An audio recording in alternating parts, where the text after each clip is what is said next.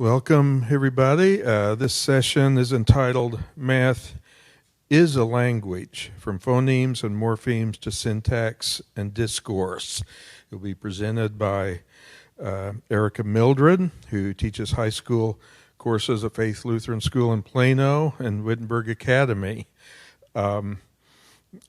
She's also notable. Her father, Robert Shibley, was one of the key founders of the revival of classical learning among Lutherans and key figure in the founding of CCLE. So I remember when she was a little girl, really, wandering around in those first sessions 25 years ago, and it's so proud to see what all she's done. She was also served for a number of years with the board of CCLE, where she made some really important contributions. So please welcome Mrs. Mildred.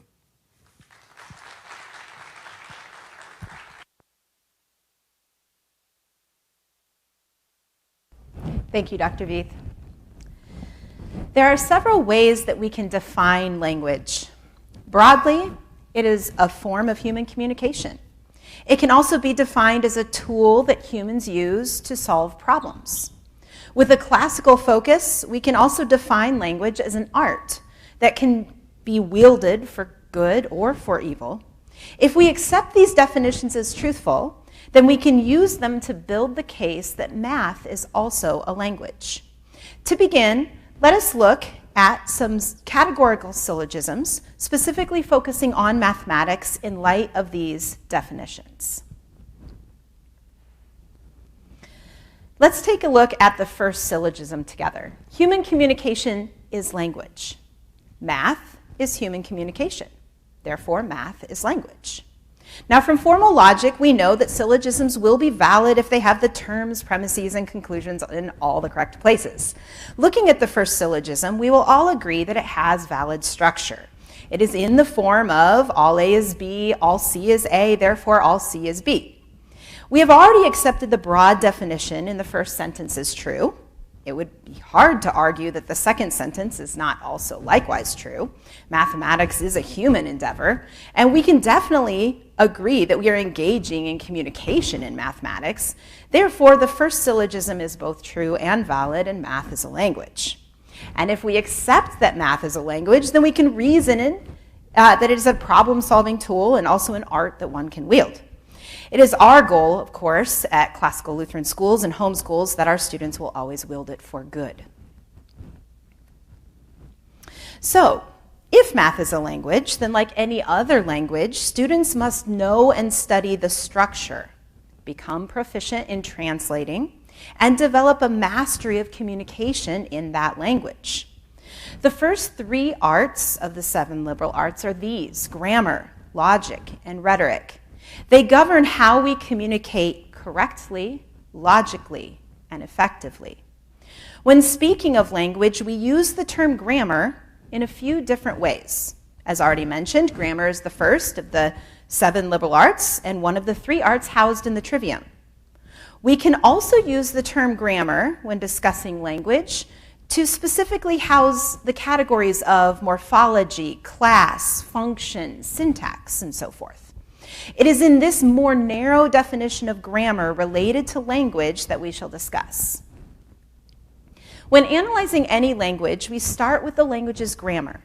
We start with the category of morphology. In English, this is the structure of words, the basic building block of English communication. Words are made up of syllables, prefixes, suffixes, and the like. Likewise, the morphological structure of the language of mathematics is numbers. Numbers are the basic building block of mathematical communication. Next, we have 2 categories of how language's building block is organized into groups and how it is used functionally. In English, word classes include the 8 parts of speech, while in the language of mathematics, we have many dichotomous categories, such as rational or irrational, even or odd, positive or negative, along with a few singular categories such as transcendental numbers and digits. Studying class lets us see the organization of the language and contributes to the communication of meaning in that language. Function studies how we use the basic building block of the language to further communicate meaning. In English, these are the jobs that words do in a sentence, such as subject, direct or indirect object, object of the preposition, and so forth. In math, how numbers are used to communicate meaning include the jobs of coefficient, exponents, and even logarithms. As we will discuss later, unlike Latin, which is a strongly inflected language, both English and mathematics communicate function more through location of the basic building block in the sentence. And yes, both languages have sentences as well as phrases. Mathematical sentences are typically called equations, and mathematical phrases are typically called expressions. But as we will discuss later, we can translate between the two because of the similar structure in both languages. Finally, we have syntax. Syntax governs the arrangement of words for English or numbers for math in order to communicate meaning. Let's look more closely at these four categories as they apply to mathematics.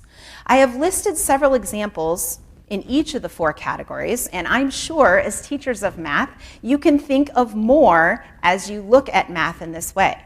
You may also determine that an example fits in multiple categories. Take the negative sign, for example. The sign, like a prefix, un or im, is a morphological structure attached to the base number to indicate that number's opposite. However, we also use the negative sign syntactically in math as we work with terms and like terms, field axioms, and equations. Thinking of math as a language and analyzing the mathematical activities that take place each day in our classroom will help us as educators to teach students well. When students struggle with a mathematical concept, looking at where that concept fits within the language of math can assist us in identifying the underlying reason for the struggle. Often, when students struggle with a functional or syntactic concept, it is because there is a lack of understanding at the morphological or class level. Analyzing the grammar of the language of math is pivotal to building second language acquisition, a term used by linguists to study how human beings acquire a language other than the primary one used since birth. In the study of second language acquisition, building on an existing knowledge in the student's first language is always important. Students who study a second language must both learn that language, that is, study that language's structure and grammar, and also acquire the language, communicate in that language fluently, and eventually without the need to heavily rely on the first language for meaning. The process of gaining second language acquisition can be summarized by the monitor hypothesis. This hypothesis was coined by Dr. Stephen Krashen, a respected linguist and researcher who focused on second language acquisition. The monitor hypothesis refers to the idea that when people learn a second language, they rely on the learned rules and grammar of both the second language and their first language. The hypothesis also states that they self-govern their statements, thinking carefully about applying the rules correctly as they communicate. In other words, they actively monitor their conversation and communication. As they continue to speak and write in that language, that second language, and to be exposed informally to conversation in that second language, they find less need to self-govern, and they communicate in that language with more spontaneity and naturally. Linguists describe this as language assimilation. Now, while second language acquisition in linguistics textbooks always describes the learning of foreign languages with the building blocks of words, I propose that these language acquisition techniques equally apply to the learning of the language of mathematics with the building blocks of numbers. The prefix trans in English means to move across or to go from one thing to another. Think of words like transport, transmit, transcript, or even transubstantiation. In geometry, we study translation as one of the isometries, a transformation that preserves distances between points. An easy way to teach a geometric translation, especially to younger students, is to talk about it as a slide of a geometric object from one position to another. Let's apply this to the word translation. If you asked a room of teachers or even a room of students, in what subjects do they work on translation? Or what subjects do we need to translate? I suspect that the most frequent answers, especially in our classical Lutheran programs, would be Latin, Greek, maybe even Hebrew. Perhaps some students would name some modern languages, Spanish, French, Russian. Notice that in all cases, we are sliding or going across from one language to another. These translations are not always smooth and one-for-one, as we see in the geometric translation. There are differences between languages' morphology, class, function, and syntax. Heavy reliance on the translator's first language is needed as he seeks second language acquisition. Teachers of any foreign language will tell you that the better the student has a grasp on the first language of English, the more likely that student will achieve second language acquisition over time. The same is true of mathematics. As teachers of mathematics, we must know the grammatical structures of English and math, and we must help our students translate between their first language and their second to help them build mathematical language acquisition. From this point forward, I'm going to give some of the ways that I do this in my math classroom with this framework of math as a language. We're going to start with morphology. Starting with morphology, we must help students master place value in our base 10 system. Now, my middle school students have been correctly carrying and borrowing numbers in addition and subtraction for several years before I get them in my first class. Yet very few, if any, can tell me why the process correctly adds or subtracts those numbers. Nor do many of them even know when I say, what system do we use for numbers? And if I say the base what system, I still don't have them. They have very little, if any, knowledge of the system that we use to organize our numbers morphologically speaking. They need to see numbers in their morphological setting. That the number 23, for example, is 2 10s and 3 1s. A great place to start to teach base 10 is with cups and beads, or bowls and dimes, whatever you can to move things from one of the place values to another. Younger students can just work on the left side of the decimal. Older students can work on both sides. Later, this can help them see why we multiply two numbers, again, using their place value to organize them. An example I shared for those of you who came to my session last year is there's a connection between multiplying numbers in their base 10 positions and FOIL, or, and I didn't get to it last year, maybe if we have time I'll show you this year, what I call pointers, which is multiplying larger polynomials by each other. What I do want to show you today is I showed you last year how to do base 10 multiplying for a 2-digit by 2-digit. I want to show you 3-digit by 3-digit this time. All right, so we have the numbers 123 and 456, and we're going to multiply them. And then we're going to focus on them in terms of their place value. So first we're going to multiply any that are in the ones place. So this would be this first multiplication step that we always show them if we're showing them kind of the traditional method. So 6 times 3 is 18, and we put the 8, because that's in the ones place, And we carry the 1 into the tens place. And again, if you did beads and cups with them for years and years, they would understand this process of what we're carrying over. We're not just carrying a 1, we're carrying a 10.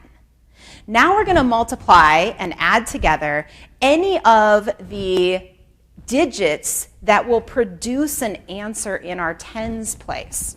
So 6 times 2 gives us a number in the tens place. This one is in the tens place. That's what governs it. And then 5 times 3. So this is 12 and 15 and 1. So we have 28. We're now carrying that over actually into the hundreds place. It's really 280. Okay? And so again, helping students see and understand base 10 and place value is really important. So then we have these numbers here will give us the hundreds. So we have 6 times 1, 5 times 2, and 4 times 3. But in all cases, a hundreds times a ones, a tens times a tens, and a hundreds times a ones will all be in that hundreds spot. So we have 6, 7, 8, plus 10 is 18, plus 12 is 30. I'll just put that number 3 there. You can kind of work with your students on where you want to place these numbers so that you don't lose them. The 3 is being carried into the next place, which is the thousands place. Well, how are we going to multiply these places to get numbers in the thousands? Well, that's going to be 100 times 10, that's the thousands, and the tens times the hundreds, that's thousands. So we have 8, 13, 16. And we carry the 1. And now we're in the tens thousands place. And the only ones we have to do are the hundreds times the hundreds, because that'll give us the tens thousands place. So we have 4 plus 1 is 5. And you can check me on your phones, but that's the right answer. So students will, if they get good at this over time, this is also like, they're going to show all their friends when they get off to college, because this is like the coolest trick ever, right? You can do this multiplication. But I think it's more important, while it is a cool trick, and while students will get excited about it, the point is they're understanding the morphological structure of our numbering system. Okay? And that understanding is what will carry into all sorts of other places in math. Another example I have written underneath for you, already done, to help them with this morphological concept of base 10 is expanded notation. Now, I know our books have them do it, but we have them do it like they're just doing it to do it, right? They're not actually thinking, why is this helpful and what is this leading to? And for those of you, raise your hand if you teach in the secondary level. Secondary, okay. All right, everybody else look around. Those elementary teachers look at, okay. Raise your hand, same group, if you would really like those elementary students to come in with an understanding of things already, that like exponents. I mean, they're doing expanded notation in elementary and middle school grades. Raise your hand, secondary teachers, if you'd like them to have more understanding about that exponential 10 to the second, 10 to the third when they come in and learn algebra. Would that be helpful? It would be helpful, right?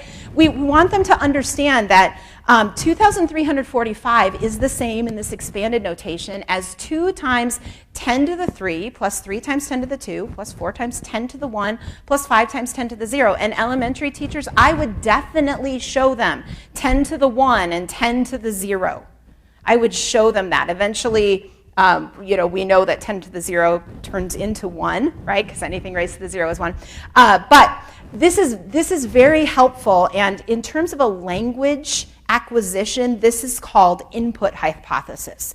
This is where the learner gains language acquisition by understanding something that's actually above his current level of competence. So really, we're not going to get into the exponent or the power of 0, and we're not going to get into negative exponents until we get into high school, but having them see it earlier and know that it's there. It really means we're taking 5 times no tens, right? 10 to the power of 0. We're not multiplying by any tens. It's just 5 times 1 or 5 times itself. Not itself, but just 5.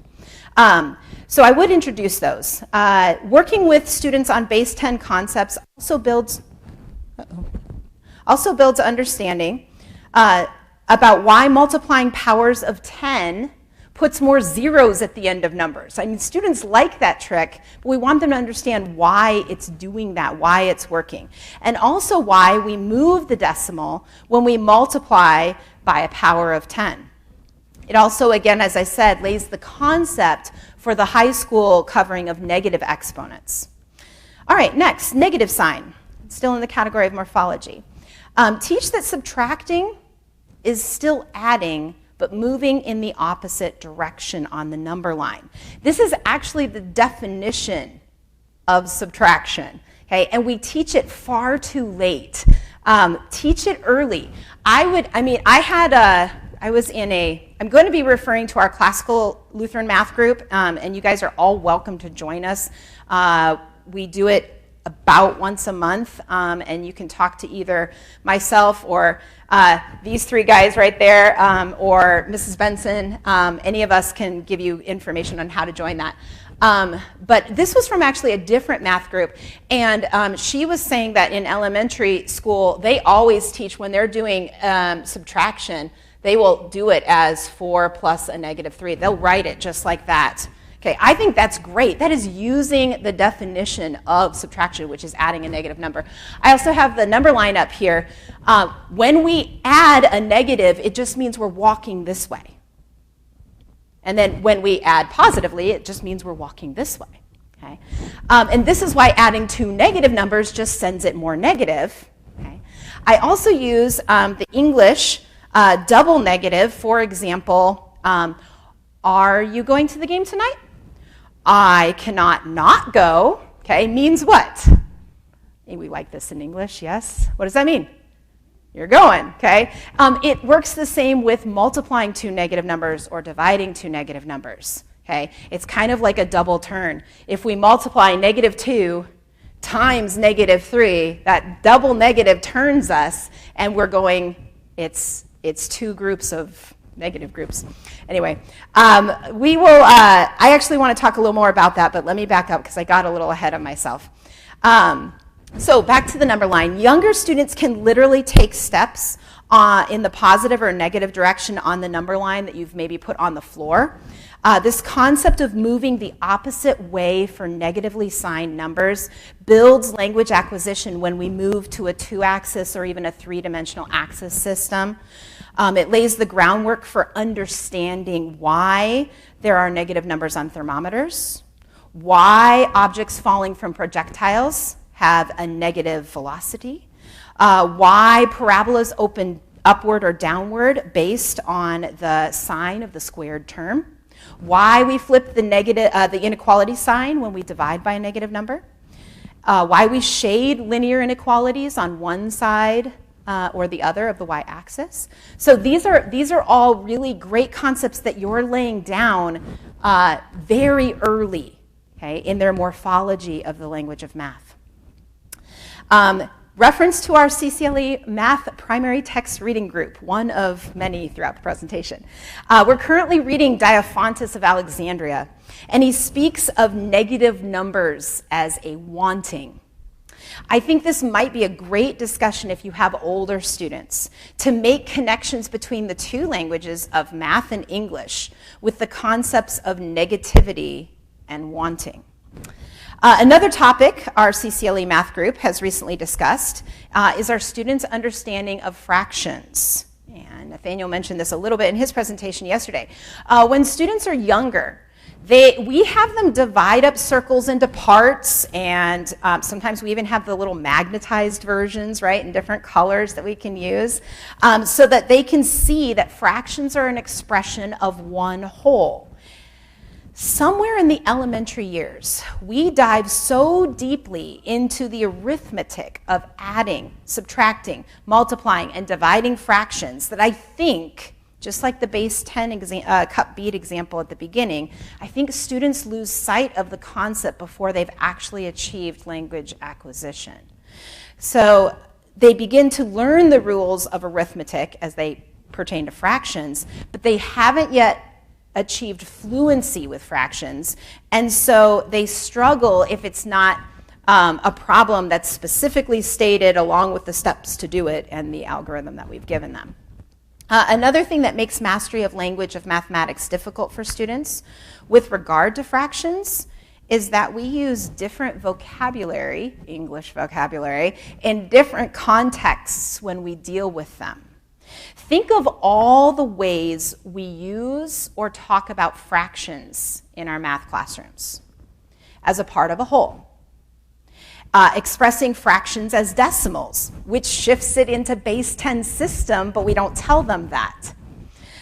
Expressing fractions as percentages, also base 10 system. Using fractions to express ratios as parts of a whole. Using fractions to express ratios of two parts. Using fractions to express odds. Using fractions to express a dividend divided by a divisor. Using fractions to express a probability of event over all the possible outcomes in a sample space. And I'm sure you might even be able to think of some more. We need to help students translate between English and math, but also between the nuanced vocabulary within math.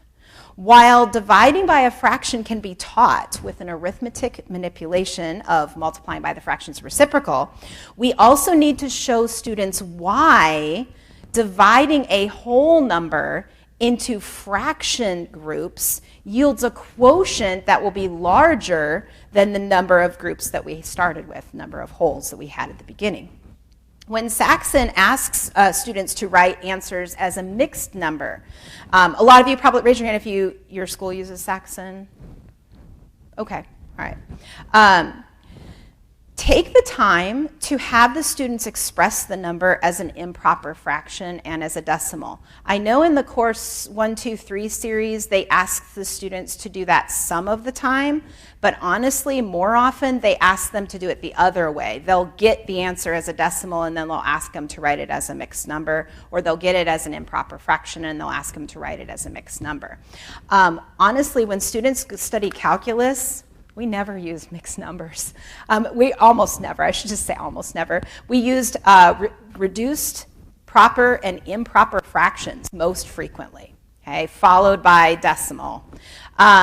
So as you are, I'm not saying get rid of mixed numbers by any means, because I think there's some value morphologically in that, but just get them really comfortable with it. I've had a student or two over the years who's like, oh, I can't leave my fraction like that, it's improper. Right? That's not the right way to write it. Maybe that was a bad term. Whoever came up with improper, that does sound bad. Sounds like we shouldn't be writing them that way. But let them know they're preparing for calculus when they reduce their fractions but leave them improper. I would also, again, connect the fraction back to decimal, which connects it back to base 10. And don't be afraid to use base 10 a lot in your language as you're communicating to students. Express the decimal as a percentage. Connect all of this back to those whole circles and circles divided into parts. Another idea from our CCLE math group, have students work with circles divided into fractions to show why we can't add fractions with unlike denominators. Like you would see, they would be different shapes, right? One would be little narrow pizza slices and one would be a really big one. So you can't add them together to say how many of them you have. And teach, have the students also memorize fraction and decimal equivalencies, including fractions like 1/9, 2/9. That one's really fun. That's a fun one to do with your students. So 1/9, who knows? Any of the students in here, what's 1/9 as a decimal? Does anyone know? Oh, come on. Did someone say it? All right, I'll take you guys off the spot. 0.1 repeating, right? 0.1 repeating. How about 2/9? There's a pattern. How about 2/9? Yeah. 0.2 repeating, okay? 3/9, 0.3 repeating, that's 1/3, right? Reduced, right? And usually we teach them the 1/3 and the 2/3. So we just know, okay, 1/3 is this cool 0.3 repeating, and 2/3 is this cool 0.6 repeating. Yeah, but that's because it's in the family of ninths. All right, so what's 9/9? Yeah, good, excellent. And so that's fun to do with them. All right, excellent. Teach the terminal decimal. with a repetend of 0, okay? There's always a repeating or repetend for any fraction, okay? Because it is a ratio of 2 integers, okay? I should say, fraction that's a ratio of 2 integers. We're going to have a repeating decimal, so it's a rational number. So the number 3 has a repetend. It's 0.0 repeating. Okay? So teach those terminal decimals as well. Over time, students will obtain language acquisition where these number forms are internalized and flow naturally. But we cannot stop making these connections until fluency is mastered. I think that's where we run into the problem. I think at some point our curriculum and our standards or whatever we have all of this math to do. And we forget that we need to keep connecting it back to morphological connections with our number system to build the fluency. And then the fluency isn't there, and that's when they get stuck. And we see that in those middle school years when they start to get stuck on things.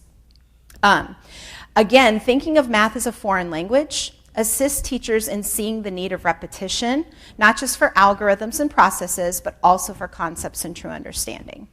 Let's move on to class.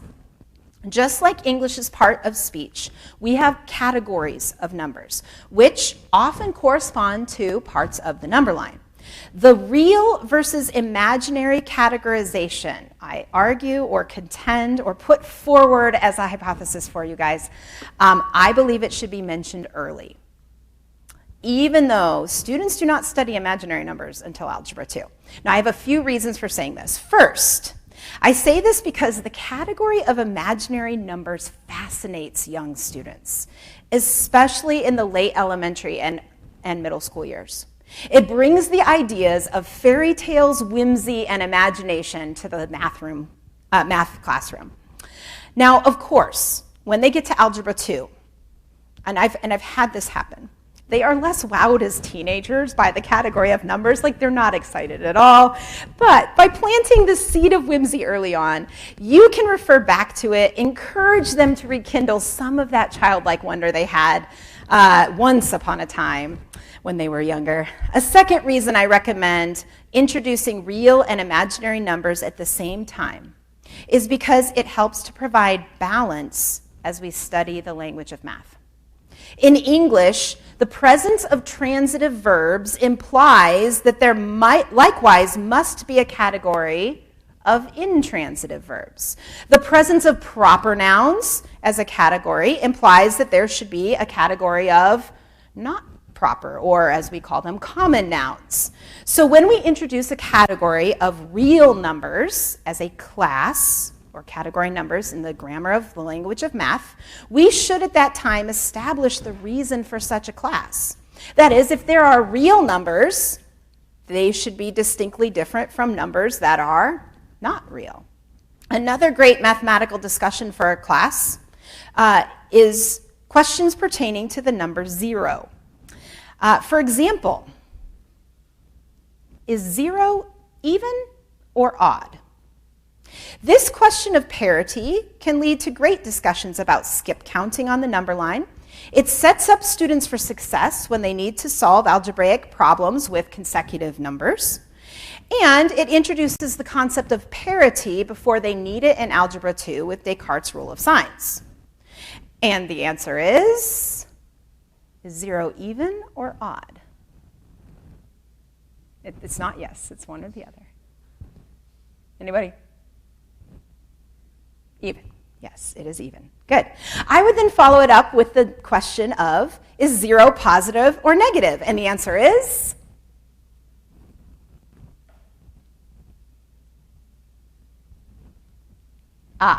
Good head shake. Thank you, sir. It is neither. If you're doing these exercises with younger students, I would probably have that neither choice for the first question about parity, so it doesn't feel like a trick question for the second one. Or you could give them a warning, okay, second question, this one's a trick question. Okay, then they'll kind of be aware of that. But these discussions about class help students understand how numbers are grouped into categories, and therefore what commonalities they have with other numbers within that group. Moving on to function. In English, discussion of function is where grammar gets really fun, in my opinion. The jobs that words do in a particular sentence can change how we say or write them, where they are located in a sentence, and how we can pick the best word for the job. Likewise, in math, how numbers function in an expression or equation vary depending on their location and on the operations and symbols of inclusion surrounding them. And these locations, operations, and symbols are all likewise governed by the rules of the grammar of math. Let's just look at a couple examples relating to function. First, exponentiation. The laws of exponents are fun. I say fun, I think relatively fun, for students to memorize, but they definitely make a long mathematical answer much faster and easier to write, and students appreciate this. Students see most of these rules as shortcuts, and they also appreciate that in the language of mathematics, there are far fewer exceptions compared to all the rules that govern, especially things like spelling in math. Now, or in English, excuse me. Now, I wanted to say there are exceptions in math, just like in English, and they're present for the same reason that they're present in English. Exceptions come into a language when there is a blending of two or more different dialects or other spoken languages that handle a component of language differently. This is why we have so many exceptions in spelling. Our English words come from a variety of other languages, and so the rules about letters that create the phonemes, that create the syllables, and eventually the words differ. Likewise, I have PEMDAS written up on the board. I'm sure a lot of us use PEMDAS in our classrooms. And its counterpart, it has a European counterpart, BODMAS. The B stands for brackets, and the O stands for orders, as in order of degrees, what we call exponents. Circling back then to exponents, just like we talked about with cups and beads for base 10, circles divided into parts for fractions, and the number line for morphology and class exercises, having students see exponentiation as fast multiplication will help them see why the laws work, and so they will see value in internalizing those laws. So for example, the first law of exponents, x to the a times x to the b equals x to the a plus b. I'll go ahead and write this out really quickly. I didn't get this one up on the board. So x to the a times x to the b, x to the a plus b. If you give your students, have them take out a piece of paper and that's a 9 now, and 8, and have them write it out rather than just use the law. For x to the 9, that is 9 x's multiplied to each other. That would be x times x times x times x times x. They'd have to keep going until they got to 9 x's written on their paper. Times, and then we would have to do 8 more. Keep going, more x's all the way up. They have now written on their paper 17 x's. If you have students that are like, I don't want to memorize, why do we have to memorize? You can change those exponents to, they'll get the idea. 17 exponent or x's on their paper. Or this lovely law of exponents says that if we have matching bases, we can just add 9 plus 8, because that's how many we have multiplied together, because exponentiation is just fast multiplication. Okay. You can do the same for other laws. All of the laws can be done this way. I really do like showing students the x to the 0 and the x to the 1. If we have time at the end, remind me and I'll come back to that one. I think I showed that to everybody last year as well. For younger students, the same concept can be applied to multiplication tables, because multiplication is just fast adding in groups, just like exponentiation is fast multiplying. Equality. The equation is the simple sentence of mathematics, and the equal sign is the linking verb. Basically, it's a pattern for Shirley grammar sentence. Helping students understand equality with a connection to a linking verb is very helpful in language acquisition. When they understand that the sentence structure for y equals 2x minus 4 is the same structure, although in a different language, as Mrs. Mildred is my teacher, teaching the symmetry property becomes much more accessible, because in English, we know that a predicate nominative renames the subject noun. So we could also say, my teacher is Mrs. Mildred, and the meaning of the sentence has not changed. And likewise, the symmetry property says if x equals y, then y equals x, which means we could take y equals 2x minus 4 and rewrite it as 2x minus 4 equals y. These connections between English and mathematics help create understanding in a functional sense, how it is doing its job in the sentence. At this point, I'm going to answer the elephant in the room question. The question is this: are you saying that teachers of math need to be masters of the grammar of English? And my answer is absolutely, emphatically yes. Just as I would expect that our Latin and Greek teachers are experts in English grammar to assist our scholars to slide or translate between English and Latin, so too teachers of mathematics should be masters of the grammar of English. I'm not saying you have to go and quote Chaucer or Shakespeare, but the grammar of English, yes. The degree to which we are will impact the effect that we have upon our scholars' mathematical language acquisition. Syntax. Finally, let's cover some examples of syntax in the classroom that builds students' mathematical language understanding for meaning. Almost everything in mathematics builds to syntax because mathematical discourse occurs when we communicate math effectively to deliver meaning. Let's start again with PEMDAS, and I call him in my 7th grade classroom his brother SADMAP. How many of you have heard of, other than in a former talk I've given, how many of you have heard of SADMAP, his brother? Yeah, no, I made it up. Okay, we as educators, we don't have to just be limited, to the things that have come. Don't get me wrong. We have many great treasures that come before. I'm not trying to say just come up with it, but these sorts of things are very helpful. Okay, so PEMDAS are our orders of operations, or if we're in Europe, BODMAS, but PEMDAS help us to combine things together, yes? To put things that are like terms together as much as we can and to simplify expressions. When we solve equations, our goal is to isolate a variable, typically x when we're first doing this with students. And our goal is to isolate means to get everything away. So it is the exact opposite activity of PEMDAS, where we're combining everything together. So as you can see, if you just look at the two words, SADMAP is just PEMDAS in reverse. Okay? And it is the order that we use to isolate a variable. Okay, back to here. So, I already mentioned BODMAS is Europe's equivalent to PEMDAS. I think there's some good conversation that can happen with this syntactically.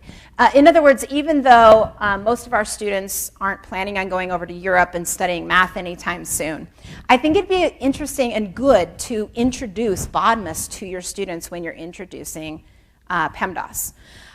Here's why. Suppose you were given this expression, and this one I also didn't write up on the board, so let me get this up really quickly. I'm going to put it right here. All right, so we have 24 divided by 6 times 2 minus 3 plus 4. All right, I'll just kind of put a star right there. Okay, so that's where we're looking. What error do most of our, if we have an error that happens, I'm not saying most of our students make it, but if a student makes an error, what is the most common error that students are going to do with this problem? If they've just learned PEMDAS and they're trying to apply PEMDAS correctly. Yeah? Yes, They do multiplication first. They would multiply first. They also would probably add first, because these letters that we have organized for them to help them to go in order, they see them individually as letters. Now, it makes sense that they do, because even though parentheses we do from inside to out, we do all of basically the rest of it, we still talk about it as a single letter. And then we do the same thing with E for exponents. We talk about it as a single letter, and you guys, we've set a pattern at this point, right? There's talk about it as a single letter, talk about it as a single letter. The kids are just going to continue on and talk about it, think about it as a single letter. But M and D are done left to right. Regardless of if it's multiplication or division, we're going to do either of those operations left to right, which is kind of a different process than what we just did in the previous two letters. BODMAS helps. BODMAS helps because now we can show them, see, in Europe, you know, we don't want all the kids in America doing the multiplication first and then all the kids in Europe doing the division first. That's not going to give us the same problem. So knowing that those two letters can be interchanged and it doesn't matter on the order says, okay, so it's not about doing them in order. And I, of course, whenever I showed them, I put an arrow under both of them to say left to right, both of them left to right.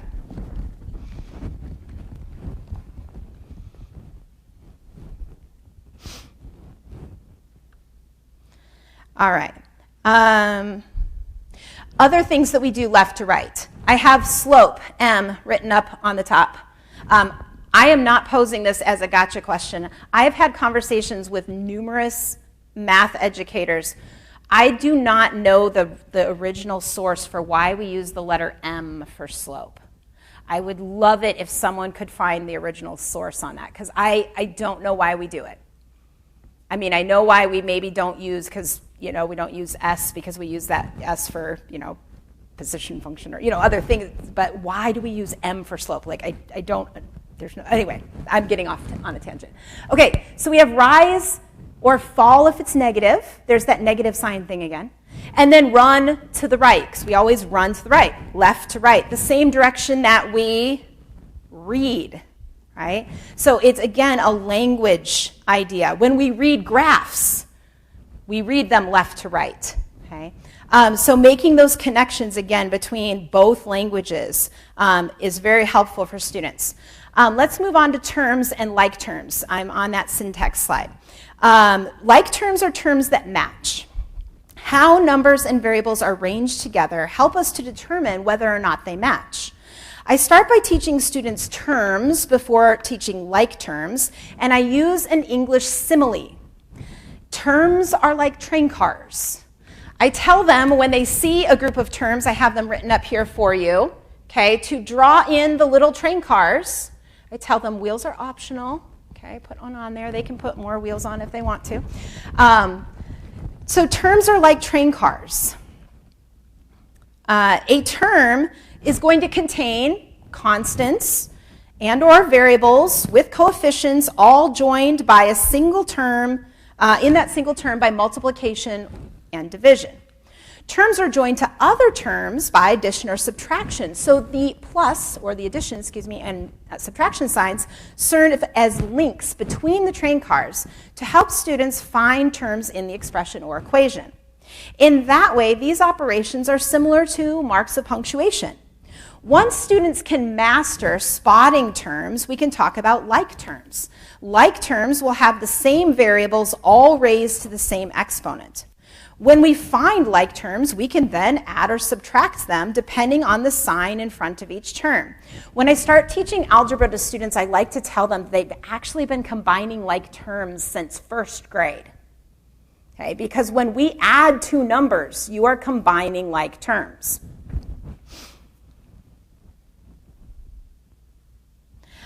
Notice that the syntax of mathematics is very similar to English, where sentence structure and order matter most, rather than in Latin and other strongly inflected languages where it is the endings that communicate most of the meaning.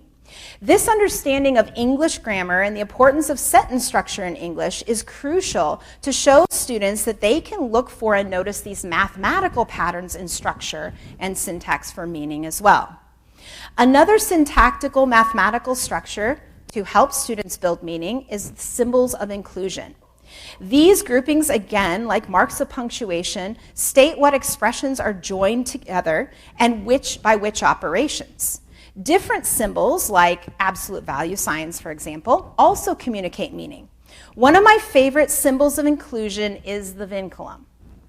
As you may rightly guess, the etymology for this term is from the Latin, vincere, which means to bind or to tie. It's been used in mathematics since the mid-17th century. After introducing the term, I tell students what it is in the language of mathematics. It is a horizontal bar that groups or binds terms together. It's a symbol of inclusion, just like parentheses. And then I ask them, where do we see the vinculum show up in mathematics? What examples can you think of? Let me pose this to you for a moment. Can you think of any examples where we have a vinculum, a horizontal bar used in mathematics? Yeah. Fractions, yes, the division sign between the numerator and denominator. Any others? Yep. Square roots, I love that one. Yes, the square root symbol is this. And then this is a vinculum. Okay, good. Any others? Yes. Oh, yeah, I guess that's true. I didn't think about that, but you're right. We do use it for geometric shapes as well. Another one I have is the bar over, we have that one, bar over the radicand, and, a bar over the repetend. Okay, that repeating decimal, right? Don't just call it a bar in your class, call it a vinculum. And then you can show students how it relates to PEMDAS. I have this symbol right here, okay, or symbol, I have this expression right here. And so you can show them, okay, PEMDAS. It says, okay, there's no parentheses. Okay, there are no exponents. Okay, we have to do multiplication and division. Okay, we got division going. So it should be 2 minus, because we're dividing a positive by a negative, 2 minus 6, right? Yeah, 2 minus 6, negative 4. And of course the students will be like, no, we have to add first. You have to add first. Are we breaking PEMDAS? Are we going to avoid the rule of PEMDAS? Well, no, because this right here, besides meaning division, right, and besides a split between numerator and denominator, also is a symbol of inclusion. There are parentheses there. And I have seen in a couple textbooks occasionally when you're working with multiple signs of parentheses and they change it from, parentheses to brackets to braces, I have seen it sometimes where they've put a vinculum in too. It's pretty rare, but you can find it just used as a symbol of inclusion. The last two examples of mathematical syntax on the following slides are field axioms and geometric proofs. The algebraic field axioms are another excellent example of mathematical syntax. They are the rules that govern structure and meaning in mathematical equations, and they state properties of equivalence as grammatical rules that do not change or have exceptions. The algebraic field axioms let me back up for just a minute. While my master's degree is in mathematics, curriculum, and instruction, my undergraduate degree was in English. And so for years, I taught a high school course that was called English Grammar and Composition. It was a 9th grade course. One of the series I used with these classes was a book series called Vocabulary Cartoons. There were several volumes, and the concept was to teach vocabulary words with the use of cartoons and a caption underneath. The cartoons and captions worked as a link between the new vocabulary word and the vocabulary word's definition. As I teach field axioms, or sometimes books call them properties, some textbooks, I use the same technique. Images or pictures with connections to English vocabulary to assist students in remembering and memorizing these mathematical axioms. Let's look at one example now, the commutative property. I would put this up on a slide, and they would put this on the front side of their flashcard that they were making to study. Now, I would have the property name, and then I would also have this picture. These are kids hanging out the back, not drivers. Okay, that's not safe to drive that way, okay? But let's say 2 kids are sitting in the back of their parents' car, and one's on one side and one's on the other, okay? The commutative property says that it doesn't matter if kid A is on the left and kid B is on the right, or if kid B is on the left and kid A is on the right. I hope I got those letters right. And so on the back side of their flashcard, they would put A plus B equals B plus A. The commutative property works for addition, and A times B equals B times A. The commutative property works for multiplication. If you have time in your class, it's a great time to discuss why it's only these two operations that the commutative property works for, and to discuss why it won't work for subtraction and it won't work for division. Although you can use another couple properties and then you can make it work for all four. But we don't have time to get into that right now. Talk to me about that after if you want to know what I mean by that. Okay, so going back to this idea. So in the first picture on the front side, they are commuting. And so they're going to the same place, and it doesn't matter which back seat they're going to be in. And likewise, it doesn't matter. They can see the connection there. Okay. The time has now come, and I realized I did want to save about 5 minutes, and I'm at 5 minutes left. So I'm going to, rather than do the story, I was going to show you. It was going to take about 3 or 4 minutes. If you give a pig a pancake. It's a super fun children's story about a pig that does all sorts of fun things with her human. And it's in if-then form. I always use this in my geometry, my high school geometry class, to introduce the geometric proof, because we use a 2-column geometric proof and the syllogisms. Now, this form of syllogism, if A then B, if B then C, if C then D, if D then E, and so forth, is called a polysyllogism. It's where you use the conclusion of the previous sentence as the premise of the next sentence, and you continue in logical fashion in a chain of deductive reasoning until you reach a truthful final conclusion. So in my high school geometry class, I walk them through the story, and I talk about how it's a polysyllogism, and it has a very interesting result for the final conclusion. I share this with them, and I'm not going to read all these nouns, but this is written in geometric symbolic form, an if-then form. That's what the arrow is. So the story basically goes like this. If you give a pig a pancake, then the pig wants syrup. If the pig wants syrup, then the pig gets sticky, and so forth. And you can see all of these nouns. Now, in geometric proof, the first premise and the last conclusion form your final therefore statement. So what's great about Numeroff's story is if you give a pig a pancake, then you give a pig a pancake. This is why the story works so well. Okay? Kids find this hilarious. Children now know they don't have to go to bed because the parent has to read it again. It's the song that never ends, right? That's what makes these books humorous. But the structure is a polysyllogism, and the rules focus on the construction of that polysyllogism in a correct manner. In geometry, we don't have hilarious final conclusion statements, but we do follow the same structure. And this children's book, or any from the If You Give series, is a great way to connect a familiar language structure in English to a new use of it in mathematics.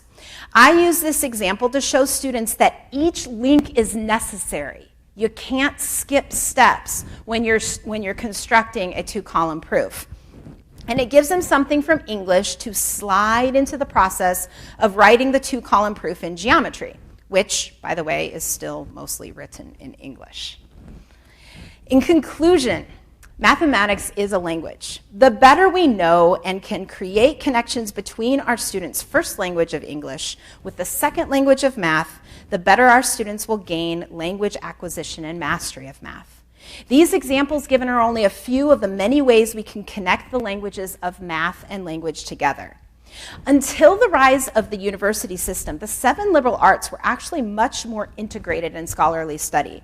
And so as we connect these two languages for and with our students, we can reintegrate the arts of the trivium and quadrivium in our classrooms. I encourage all of us to find new ways this year to help students grow in both of these languages, but especially the language of mathematics, as it is a form of human communication, a problem-solving tool, and an art that our students must learn to wield for good. Thank you. I think we have about time for 2 questions or so, maybe, or comments. We could do comments too. I've got a microphone. I'll let you. In my true modern, scholarly way, to answer your slope question, I turned to ChatGPT, which says there's no universally agreed upon answer. However, the most common or most popular one would be that it comes from the French word monter, which means to rise or decline. Okay. Since that a lot of the early algebra geometry came from French math. Okay. All right. So I want to do some, I want to find the source. I want to find that first source that first used it. But thank you. So go French. I'll start there. All right. Others, comments, questions, thoughts? Yes. Would it be going too far to say that mathematics is a language art? I don't think so. Yeah, I don't think so. I mean, in fact, if you look at some of the ways that the trivium and the quadrivium are described, it's described as the mathematical arts, right? And then it says the trivium are the language arts, but really we're talking about the word arts. It's really word arts and number arts. So I don't think that would be too far at all. Absolutely not.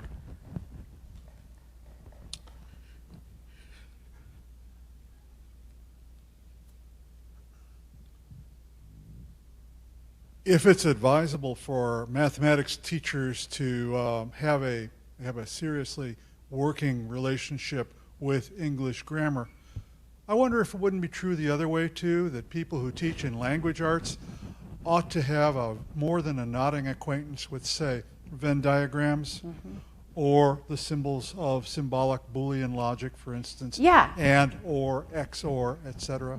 Absolutely. And this isn't just, it's definitely something, if you're a larger school and everybody's departmentalized, where you can do these faculty discussions and so forth. But I think we need to challenge all of ourselves as classical educators, right? We always say we're never done learning. And I know all this is true of all of us because we're here, right? And we're learning. But I think that we have to also, unless we had a classical education all the way through ourselves, we have to go back and fill in those areas. And I absolutely think it's the more that we can study kind of basically all of these subjects in light of all 7 liberal arts, I think the better. And the better we'll be able to teach it to our students. Yes, thank you. As an English major, I can see that was brilliant, fascinating, and again, a big step towards what I think is the next step that has to be taken, is to develop the quadrivium in the same way that we've developed and made use of the trivium. And that was very illuminating, so thank you. So let's thank Erika once more.